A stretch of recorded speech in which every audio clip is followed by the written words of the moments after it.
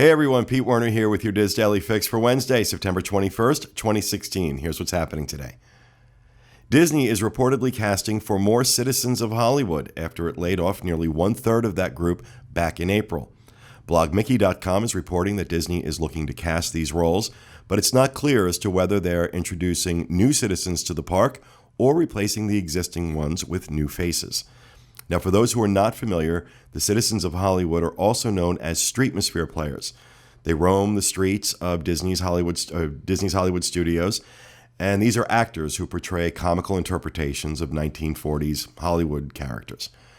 The Citizens are extremely popular among guests and fans alike, and people were very upset back in April when so many of them were let go. Now, here's hoping that they're adding more and not just replacing the ones they already have.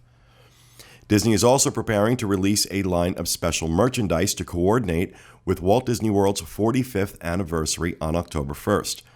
The Disney Parks blog recently shared a look at some of the commemorative items that will be available. These include t-shirts, magic bands, Dooney and Bourke handbags, and a line of new Pandora charms and pins. Most of these items can be purchased online or at select locations inside the park. And finally, in today's update, a special USO Welcome Center opened today at Orlando International Airport for military members, veterans, and their families. For those who may get confused, much like I did when I first saw this story, USO stands for United Services Organizations and not Universal Studios Orlando, because apparently I need to run everything through a theme park filter.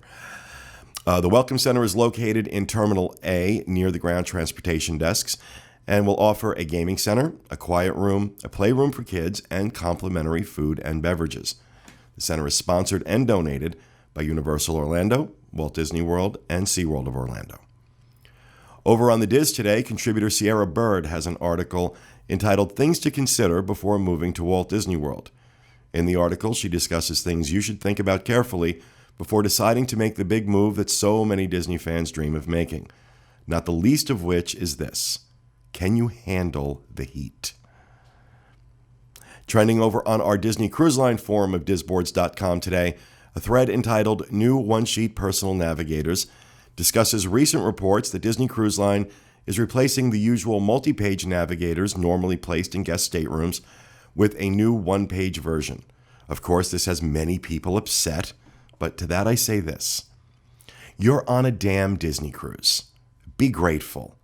And ask yourself, is this really worth getting upset about? So many people can't afford these cruises, and you get to do them. So stop it. Now, if you have an opinion on this, go ahead and add your thoughts. Join in the discussion over on DizBoards.com. And finally, in the weather, if you're headed into the parks in Walt Disney World tomorrow, expect a 50% chance of thunderstorms with a high of 91 and a low of 74.